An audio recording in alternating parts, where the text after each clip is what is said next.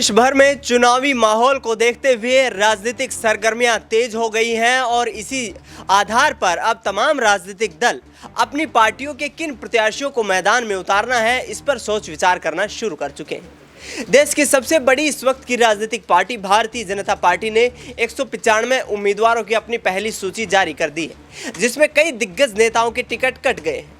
लेकिन जिस तरीके से इंडिया गठबंधन का यहां पर गठन किया गया था, अब वो इम्तिहान की घड़ी आ चुकी है जब इंडिया गठबंधन को अपने पूरे इस चुनावी समीकरण में खरा उतरने की एक चुनौती पेश करनी है। जी हाँ, लेकिन इसके लिए जरूरी हो जाता है कि दलित वोट बैंक के साथ साथ तमाम जो इलाके आते हैं जहां पर दलितों की भूमिका कहीं ना कहीं निर्णायक भूमिका रहती है, वहां पर मायावती और चंद्रशेखर, जिन्होंने अपने जो पत्ते अभी तक साफ नहीं किए हैं, आगामी वक्त में किस तरीके से अपनी रणनीति बनाते नजर आएंगे। आपको बता दें कि विशेष तौर पर उत्तर प्रदेश की बात करें, 80 लोकसभा की सीटें आती हैं, जिसमें 17 सीटें आरक्षित सीटें मानी जाती हैं। ऐसे में मायावती की भूमिका काफ़ी अहम हो जाती है। इतिहास के पन्नों को पलटें तो 2019 के लोकसभा चुनाव में मायावती को 11 सीटों पर जीत हासिल हुई थी, जब समाजवादी पार्टी के साथ इन पार्टियों का गठबंधन चल रहा था। न्यूज़ रूम में इस वक्त मेरी मौजूदगी है और इस पूरे घटनाक्रम पर चर्चा करेंगे तमाम सहयोगियों के साथ कि आखिरकार मायावती जो कि 17 आरक्षित सीटें हैं, उनको भुनाने में 2019 में नाकाम रही थी, क्या अब 2024 में अकेले दम पर हुंकार भरते हुए भुना पाएंगी? सबसे पहला सवाल रहेगा। यहाँ पर मेरे सहयोगी प्रांशी मेरे साथ मौजूद हैं। प्रांशी, जिस तरीके से मायावती की भूमिका को देखा जाए, 17 सीटें 80 में से आरक्षित सीटें मानी जाती हैं, मायावती अकेला चुनाव लड़ने का दम भरती नजर आ रही हैं, किस तरीके से देखती हैं, क्या यहाँ पर कोई सफलता मिल पाएगी? देखिए, फिलहाल जिस तरह से मायावती फैसले ले रही हैं, 80 की 80 लोकसभा सीटों पर वह दावा करती हुई नजर आई हैं, साफ तौर पर कहती हुई नजर आई हैं कि अकेले ही वह इन लोकसभा चुनाव को लड़ेंगी, किसी भी राजनीतिक दल का वह समर्थन नहीं चाहती। लेकिन इसके बावजूद हम सभी ने देखा है कि मायावती को समर्थन देने के लिए कांग्रेस पार्टी भी राजी है। दूसरी ही तरफ देखा जाए तो समाजवादी पार्टी कहीं ना कहीं आज भी कोशिशों में जुटी हुई है।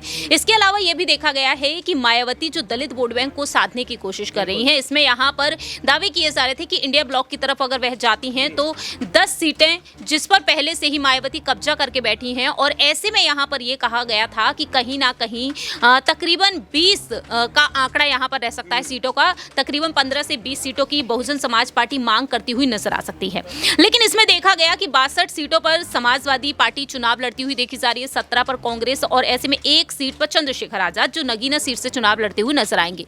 और ऐसे में यहाँ पर मायावती के लिए एक बड़ी चुनौती बनकर उभरे चंद्रशेखर आजाद। दलित वोट बैंक को वह भी साधते हैं। मुस्लिम वोट बैंक की बात कर ली जाए, चाहे यहाँ पर अन्य पिछड़े वर्ग की बात कर ली जाए, तो चंद्रशेखर आजाद लगातार सोशल मीडिया के जरिए यहाँ पर अपनी बात रख रहे हैं। और उत्तर प्रदेश में कई क्षेत्रों में जो घटनाक्रम होते हुए नजर आ रहे हैं दलितों के लिए, उस लिहाज से देखा जाए मायावती कहीं ना कहीं पिछड़ती हुई नजर आ रही है। तो 17 आरक्षित सीटों की अगर बात कर ली जाए तो कहीं ना कहीं मायावती जिस तरह से क्या अकेले यहाँ पर चुनाव लड़ते हुए मायावती को वो सफलता मिल पाएगी? 2022 के विधानसभा चुनाव की बात कर ले तो वहां पल्ले हाथ कुछ नहीं लगा था।